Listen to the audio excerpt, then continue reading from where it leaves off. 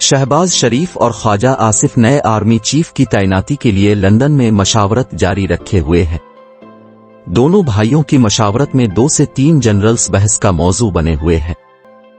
सबसे ज्यादा जनरल बाजवा के बारे में गुफ्तगू होती रही कि किसी तरह उनको मुद्दत मुलाजमत में मजीद तौसी दे दी जाए, मगर जनरल बाजवा बावजूद मजीद तौसी लेने में दिलचस्पी नहीं रखते।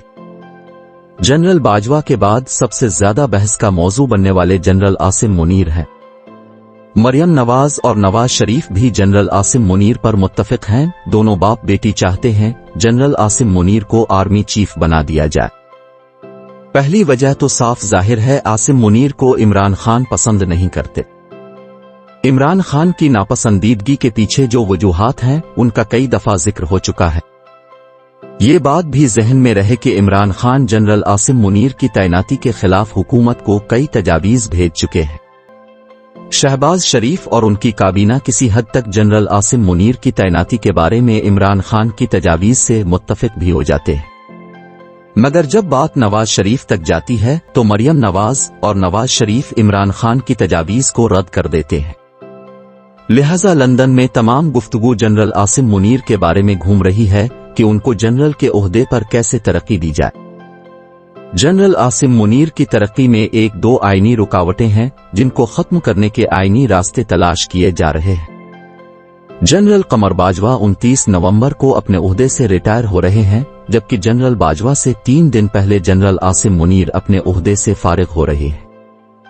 इस आईनी मसले को हल करने के बारे में सोच विचार हुई है।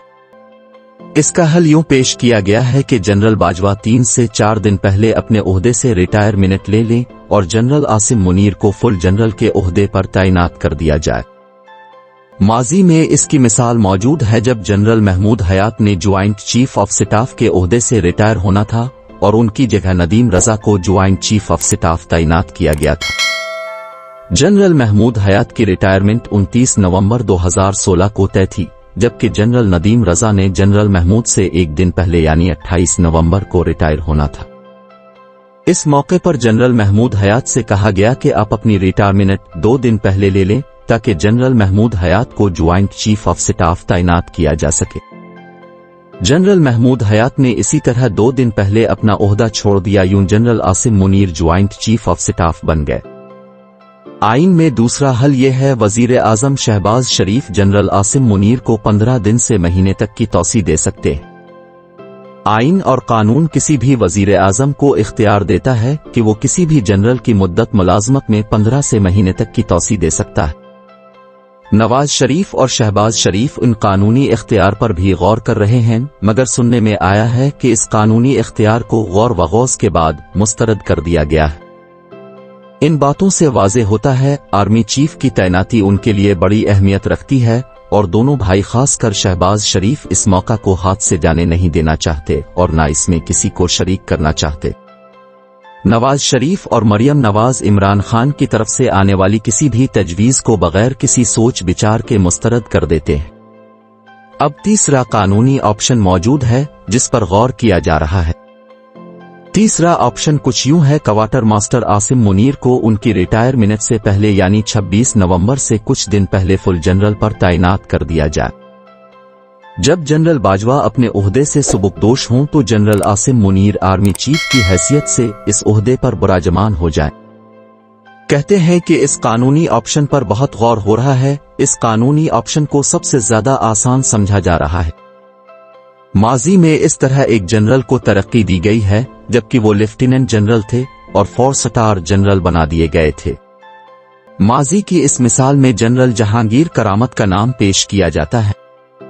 जब वजीर आजम बेनजीर भुट्टो ने जनरल जहांगीर करामत को उनकी रिटायरमेंट से कई हफ्ते पहले 4 स्टार जनरल नामजद कर दिया था ताकि आर्मी चीफ जनरल वहीद काकड़ के ओहदा छोड़ने पर आर्मी चीफ की हैसियत से तैनात हो सकें।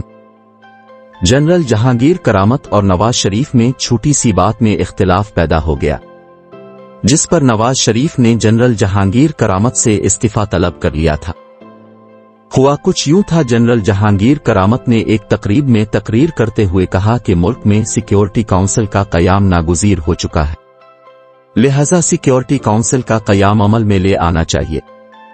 नवाज शरीफ को जनरल जहांगीर करामत की बात गैर कानूनी महसूस हुई।